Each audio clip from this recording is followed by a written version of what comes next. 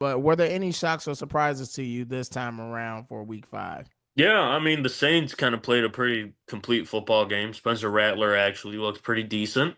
He's been kind of improving week to week, so I'm sure that's pretty encouraging for Saints fans because Yeah. they thought they were going to find themselves a rabbit hole of trying to draft their next franchise quarterback, but who knows? Maybe their guy is in the building right now. Maybe that is Spencer Rattler.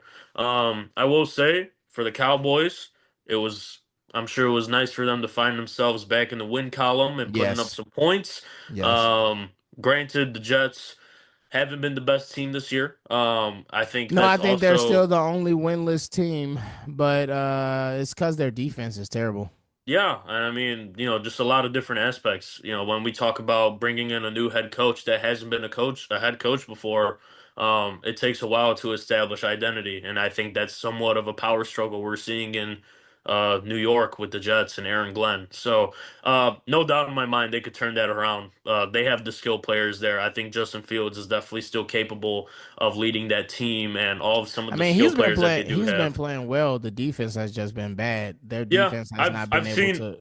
I've seen the arguments with Justin Fields. I Yeah. believe he's been playing pretty decent for what is available to him. Some have argued that his stats are coming in garbage time. I believe that as long as there's another team on the other side of the field, you still have to play football at the end of the day, or it's going to be 80-0. So that's my thought process on that. But yeah, Are we super shocked? Are we excited about it? Is it something that we just should monitor and see how it goes for the rest of the season? Or is there really something special there and we're just watching it in real time? What's your thoughts? yeah, so I'm gonna say this, like ever since he stepped foot onto the field, it definitely appears that he has just a certain type of spark to his play. He's a very versatile quarterback. He could get it done both on his legs, Right. through his arm. It is a treat to watch him. I'm super excited for the kid. I liked him coming out of college. I thought he was a very unique and exciting player to watch. Did I think that style of play was going to be able to translate to the NFL? I wasn't so sure of that, but right now he's showing very capable of it. I think he needs to start sliding a little bit more so he doesn't get injured. But regardless, he's playing good football. And it might not be necessarily the most insane stat lines. Like if we just look at the game against the Eagles, one Right. passing touchdown, over 200 passing yards, nothing crazy, 60 something yards using his legs and a rushing touchdown. Like it's just a solid brand of football, and he's not turning the ball over. I think was a big thing in that game. But I mean, if you look at it, man, I'm the type of guy that has always said I'm patient. I need to see more. I need to see more. I need to have multiple weeks of analysis. I think the way defenses game plan on 3 games worth of film versus 7 is completely different.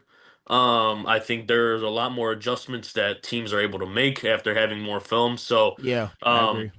but I also don't want to discredit Jackson because I think regardless, he really stepped into a tough position um coming into that game against the Chargers and Hmm. winning that game. That was a really, big cojones win for them. That 21-18 Right, win. right, right. Obviously they followed it with the loss to the Saints, which was a little bit like, okay, maybe we do have to start pumping the brakes, but they played some tremendous football last night on primetime football. And let me tell you, that connection between Jackson Dart and Cam Skadaboo is one to be cherished because I wish I had that in my franchise. Like I wish I had two guys that were just so in love, you could call it, right? Like they're just so buddy buddy with each other, and it's cool to see, and I'm happy for both of them. And for Giants fans, I'm sure it's something to finally look forward to, as they definitely thought this franchise did not have a direction. Yeah.